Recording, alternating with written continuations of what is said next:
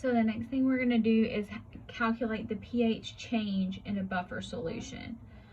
So now, this is a little bit more complicated, but I'm going to talk you through it. So think about, even if you're not in a buffer solution, if you add acid to a solution, it's going to create more acid, right? When you add acid, it makes something more acidic. You're going to get more hydrogen ions. When you add a base to a solution, you're going to get more base. So this makes sense. So when we're doing this, you're going to have to do it in two parts. So the first one is your stoichiometric calculation. And what that's going to do is that's going to talk about how the addition changes the relative amounts of acids and the base. Now, when you do this, you need to work in moles. You do not work in concentration. So that's tricky. And we're going to use a table that looks like an ice table, but it's actually not an ice table. So this is the part that's new and tricky. And then the second part, that's going to be your equilibrium calculation. And so that's not too bad. We've done this before. So you'll calculate your new pH based on your new amounts of acid and base. So you use your results from your stoichiometric calculation results, and that's going to give you your new initial concentrations. And then from there, since again this is a buffer solution, you can use your traditional ice table if you want to, or you can plug it into Henderson-Hasselbalch. I will almost always plug it into Henderson-Hasselbalch. So let's kind of try this out and let me walk you through it, okay? Here's your example. A 1 liter, so here we're going to have a volume, solution contains 0.1 moles of acetic acid, 0.1 moles of sodium acetate. We have a Ka value. Calculate the new pH after adding 0.01 moles of solid NaOH to the buffer. And then we're going to compare, and we're going to calculate the pH after adding NaOH to just pure water. So if we just were to dissolve in water versus putting it into the buffer solution. So let's answer the first question because that's what we're trying to do. So so when we add base, it's going to react with the acid component of our buffer solution. Okay? So we are adding OH minus.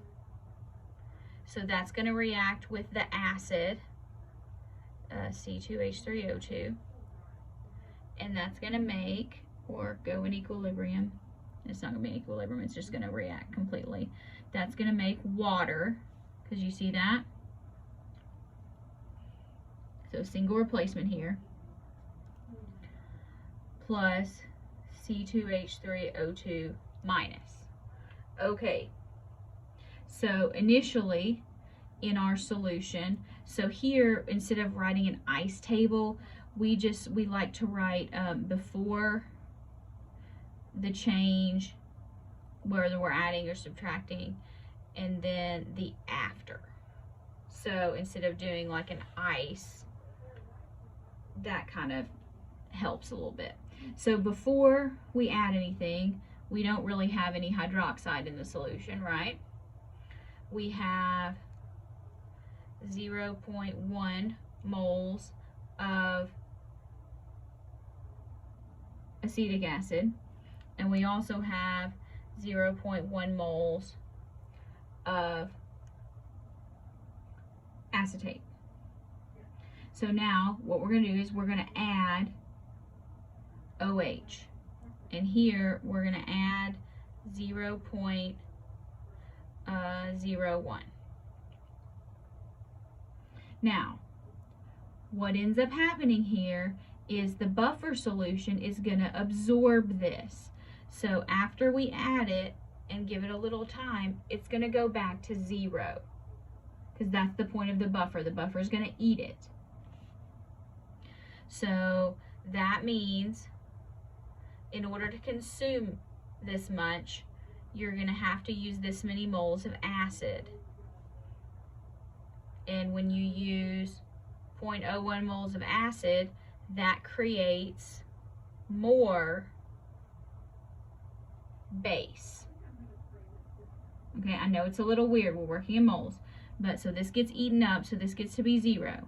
It gets neutralized by the acid, so you're using acid and you're making more base.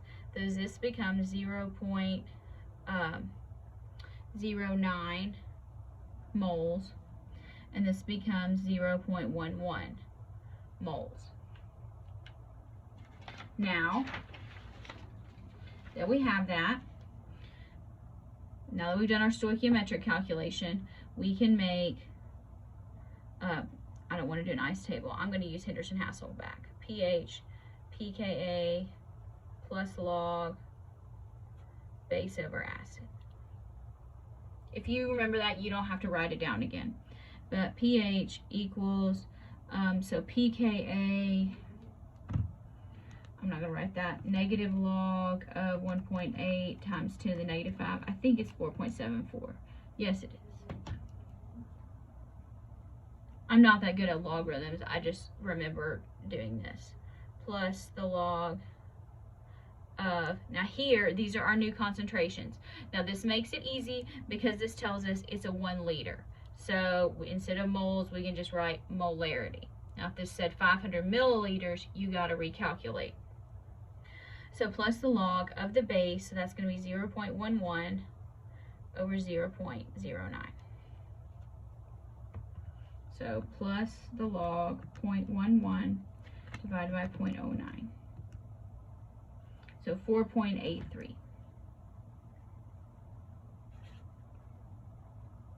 So it really didn't change that much. That's what a buffer does. It resists pH change. So it did get more basic, which it was supposed to, so that's good. We did it right, but not much more basic. Now, let's compare. If we were to add 0.1 moles of solid NaOH to 1 liter. So if we have, so that makes it 0.01 molar NaOH, because we have moles per liter.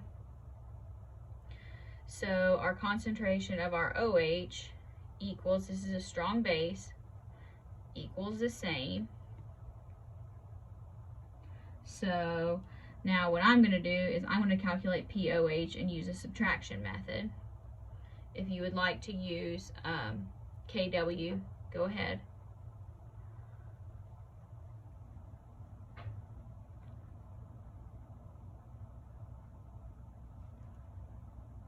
So negative log of 0.01, that should be 2, right? It is. So POH equals 2. So pH equals 14 minus 2. So that's 12. Now, 12 is very different than 4.83. So that's the power of the buffer solution, because if you just added this much NaOH to pure water, you're going to get a pH of 12. If you add it to a buffer, it's only going to go up 0.09 pH units. So that's very significant.